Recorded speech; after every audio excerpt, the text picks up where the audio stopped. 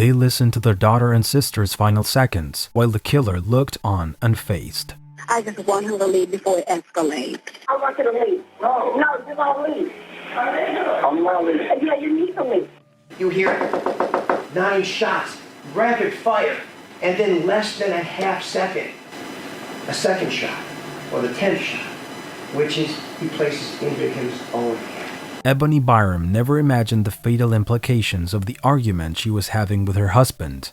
Once the situation started to get out of hand, Ebony called the police to prevent the worst from happening. While the receiver of the call tried to help, Ebony continued to insist that her husband leave because on top of everything else, her son was present at the scene. I want you to leave. He'll come back another day, another time. The tense minutes continued to pass, and 911 asked Ebony if there were any weapons in the house. Any weapons in the home?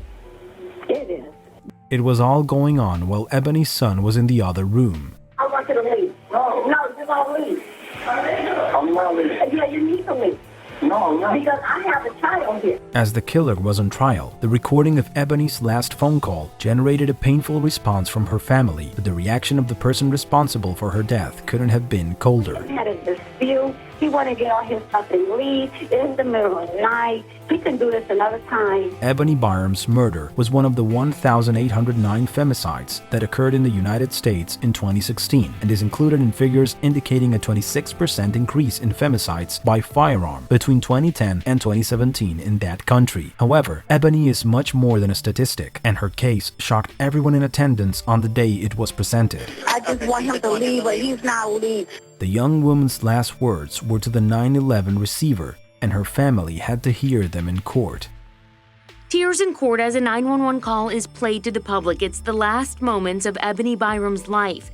And although emotions were understandably running high, it was her killer who showed no emotion at all when he heard his wife's voice just before he murdered her. The call between the young woman and the police was interrupted by the 9 bullets Hal Byrom fired at Ebony, taking her life and causing yet another femicide in the United States. After that, the man tried to shoot himself in the head, an injury from which he survived without major problems. However, it wasn't just his cold response upon reliving the last seconds of his wife's life after listening to the recording that upset family members and the judge. Hal Byrom has been uncooperative in the investigation and even refused to attend the hearings. Him not coming today is just another way of him just controlling the situation. At one of the hearings, Ebony's family was able to address her killer. I know that you didn't want to show up because you know that you hurt my family, and I know that you see that you hurt my family really badly.